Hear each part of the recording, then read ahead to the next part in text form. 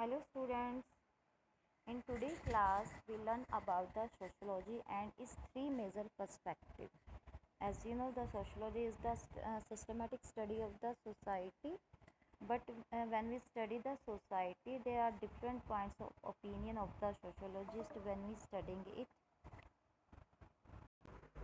Perspective का मतलब होता है इंडिविजुअल पॉइंट ऑफ व्यू, ठीक है। लेकिन यहाँ पे जो हम इसको ब्रॉड लेवल में कंसीडर करेंगे, यहाँ पे हम सोशोलॉजिकल पर्सपेक्टिव की बात कर रहे हैं। इतने सोशोलॉजिस्ट जो हैं वो किस तरीके से सोसाइटी को देखते हैं और समझते हैं।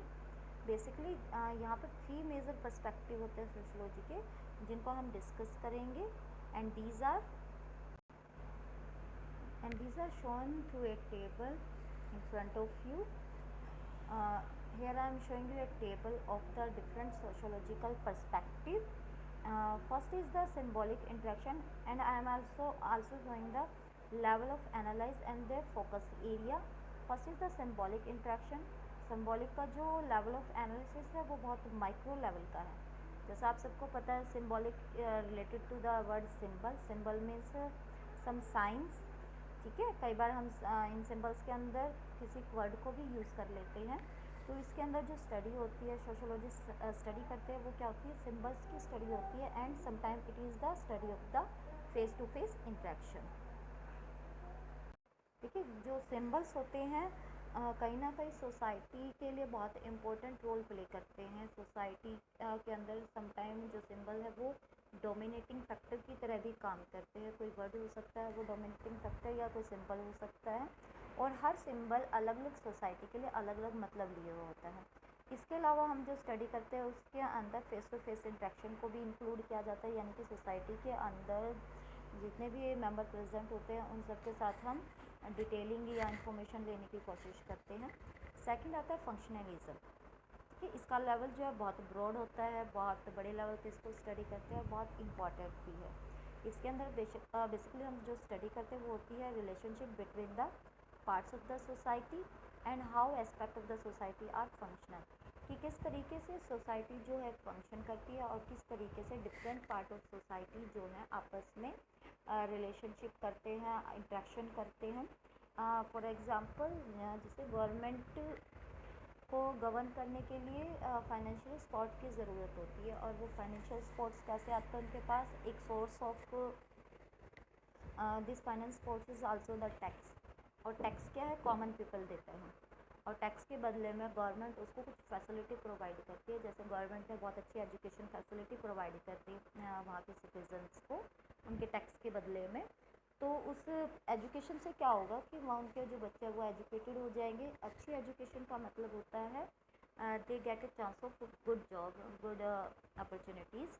और अच्छी opportunity means they become financially strong, और इस तरीके से सोसाइटी में प्रोडक्टिविटी जो इंक्रीज़ होगी। और जब ये प्रोसेस जो चल रहा होता है, इंटरडिपेंडेंसी जो सोसाइटी और गवर्नमेंट के बीच में होती है, अगर ये प्रॉपरली वर्क कर रही है, स्मूथली वर्क कर रही है, पॉजिटिवली जो है ये चल रही है, तो इसकी वजह से सोसाइटी के अंदर प्रोडक्टिविटी बढ़ जाएगी, रिसोर्सेज जो है वो नए नए क्रिएट होंगे, स्टेबिलिटी जो है सोसाइटी के अंदर या गवर्नमेंट के अंदर वो बहुत ज़्यादा हो जाएगी। और किसी रीज़न से अगर ये स्किप हो जाता है, ये पॉजिटिविटी ख़त्म हो जाती है, तो इसके बैड इफ़ेक्ट भी बहुत सारे होते हैं। इसकी वजह से अनइक्वालिटी आ जाती है सोसाइटी के अंदर, ठीक है। वायलेंस क्रिएट हो जाता है या कन्फ्लिक्ट पैदा हो जाते हैं। तो जो फंक्शनलिज्म में बहुत इंपॉर्टेंट रोल प्ले करती है स्टडी के अंदर। The last one is the conflict theory. आप सबको पता है कन्फ्लिक्ट का मतलब क्या होता है, किसी भी टाइप का विवाद हो जाना, जब जो पॉइंट ऑफ व्यू है वो आपस में जब मैच नहीं करता है सोसाइटी के अंदर, तो कन्फ्लिक्ट पैदा हो जाता है। इसकी स्टडी भी बहुत ब्रॉडर है। स्टार्टिंग की बात करें हम 1950-60 की बात करें तो कन्फ्लिक्ट जो थ्योरी है उसको बहुत ज़्यादा इंपॉर्टेंस नहीं दी जाती थी, ठीक है। बट इन 1960s बहुत सारे सोशोलॉजिस्ट ने इसके अंदर स्टडी किया, रिसर्च किया। उसके बाद से ये एक बहुत इंपॉर्टेंट थ्योरी के रूप में बाहर आई, जिसके अंदर हम जो स्टडी करते हैं वो करते हैं competition among the society. Society के अंदर रिसोर्सेज को लेके या अदर थिंग्स को लेके बहुत सारा जो कंपटीशन चलता रहता है वो, ठीक है। इसके अलावा हम जो स्टडी करते हैं उसके अंदर एक पॉइंट बहुत क्लियरली आता है कन्फ्लिक्ट के अंदर, कि जब सोसाइटी के अंदर डिस्क्रिमिनेशन बहुत ज़्यादा हो जाता है, एक्सप्लॉयटेशन बहुत ज़्यादा हो जाती है किसी भी रीज़न से, चाहे वो जेंडर वाइज हो सकती है, वो रेशियल हो सकती है, वो इकोनॉमिकली हो सकती है, एजुकेशन वाइज हो सकती है, किसी भी लेवल पे जब जो कन्फ्लिक्ट पैदा हो जाता है तो इस टाइप की स्टडी को हम कन्फ्लिक्ट थ्योरी के अंदर जो है स्टडी करते हैं। उनके बेसिक रीज़न्स क्या रहे होंगे जो ये चीज़ें आई हैं, क्योंकि एकदम से कोई चीज़ नहीं आती है, ठीक है। They are major reason behind every origin. तो इसके अंदर कॉन्फ्लिक्ट थ्योरी के अंदर हम उन रीज़न को ही स्टडी करते हैं कि किसी सोसाइटी के अंदर कोई फैक्टर बहुत डोमिनेटिंगली बिहेव कर रहा है या किसी एक पार्ट को बहुत ज़्यादा डिस्क्रिमिनेट एक्सप्लॉइट किया जा रहा है, तो उसके पीछे का रीज़न क्या है। तो इस तरीके से हम जो है इसके अलग अलग पर्सपेक्टिव के थ्रू सोसाइटी को जो है हम स्टडी करते हैं। That's all students.